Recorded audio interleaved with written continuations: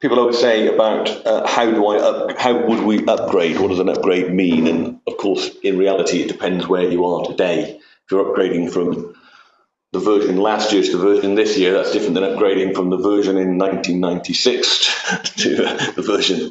So it depends where you're coming from. And I usually start by asking, how many of you think you've got a classic nav system? And then in the desperate hope that you understand what that means. So obviously, depending where you're coming from there, makes a lot of difference to how you go forward with an upgrade, and hopefully I'll explain that a little bit more today. So we refer to those first three as Generation 1. They were basically, it was the same, pretty much the same from 1995 to this version here, which is a bit of a straddle. This version 2009 RTC is halfway in the old world and halfway in the new world. But in its technology, it was really in the old world. So depending where you're coming from, you're at least in Generation 2. All the rest are in Generation 1. Yeah, you were the first lucky version. And that's sort of that's the way it looks now. It's what nav is pictorially like when you log in now. And you'll see at the top it actually says Dynamics 365, but that is NAV, and we'll explain more about that in the second half. So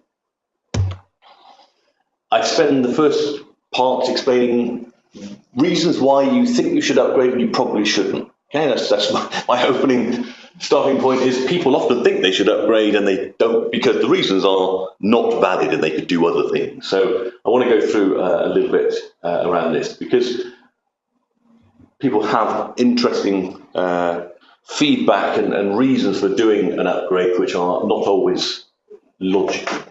So when we talk about upgrading, there are many different reasons, and in reality, you could probably go from I don't know, I've just got a really old system and I feel like I should get a newer one. I mean, there's obviously, especially when people come in new to an organization, you're the new finance director or the new IT guy, you look at it, you go, blimey, they've got a 15-year-old system. We should definitely be on the new system for no other reason than it's old. And my usual comment about that is software doesn't rust.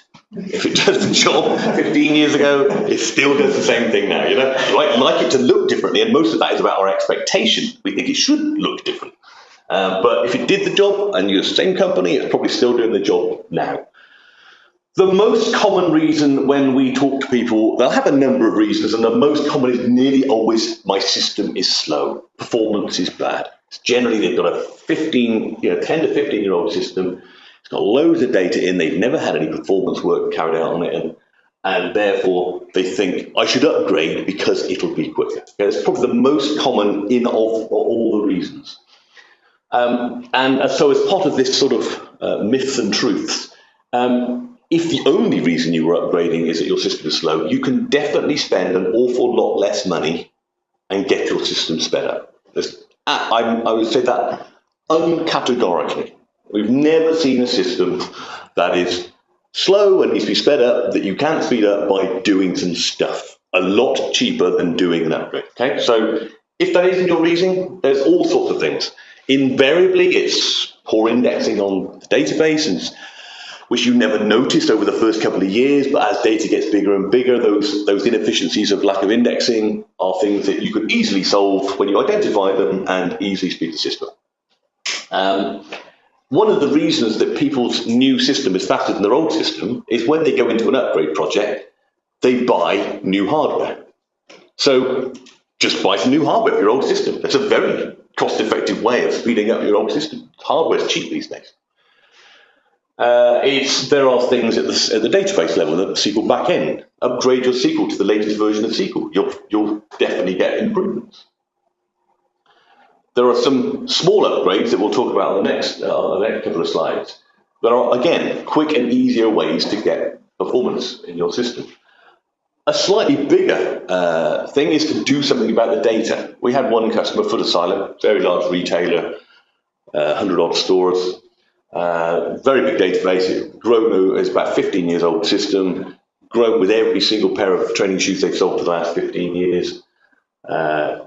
So they, at the time, didn't want to go through an upgrade, but they wanted to sort out performance, and actually there was a load of data they were never using in the system. We just did a project to restart them on the same version of software they were running on with a reset set of data. We cleared out all the items they never sell, all the transactions, cleared out the item ledger, reloaded the stock, reloaded the general ledger, and they started from a fresh set of data. So on day one, their performance was massively better just because they had an awful lot less data in the system. So it's an example of that.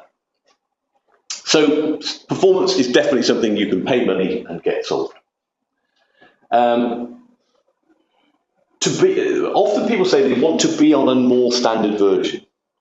Usually that's a feeling that if they're on a more standard version, the future upgrades thereafter will be easier. That is quite true. My comment usually is, depending on the version that you're on, if it wasn't standard at the time, why do you think you'll be standard in the future? Now, of course, if you're on a very old 2.6 version in the 90s, loads more functionality. If you look at from about version 5 onwards, yeah, there's some new modules, cash flow, and a few other bits and pieces, but most of our experience of what people have modified in their systems are things to do with the business sector that they're in. They're in the steel industry or the potato industry or something which has its own nuances, and therefore you had modifications made for that industry. It is highly unlikely that that industry is any more supported in the latest version than it was in the older version. Okay?